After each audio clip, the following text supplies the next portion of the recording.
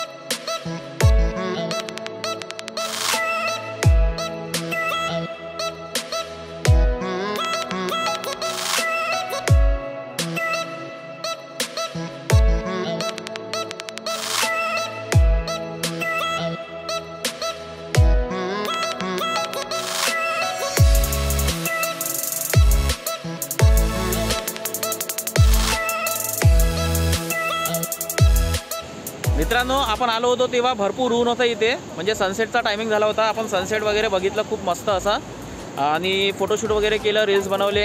आणि आता अंधार पडला आहे. हे बघा लाइटिंग वगैरे किती छान लागली आहे. आणि आपण आता निघून राहिलो इथून बाहेर. तर चला बाहेर गेल्यानंतर विचार करूया समोर कुठे जायचं. तर चला सर्वात आधी तर आपण पार्किंग एरियामध्ये आपल्या गाडीजवळ जाऊया. आता आपण पार्किंग झोनमध्ये येऊन ड्रेसिंग वगैरे सर्व चेंज करून घेतली, सुके कपडे लावले आहेत. आणि आता आपण प्लॅन केला आहे मालवणला जायचा.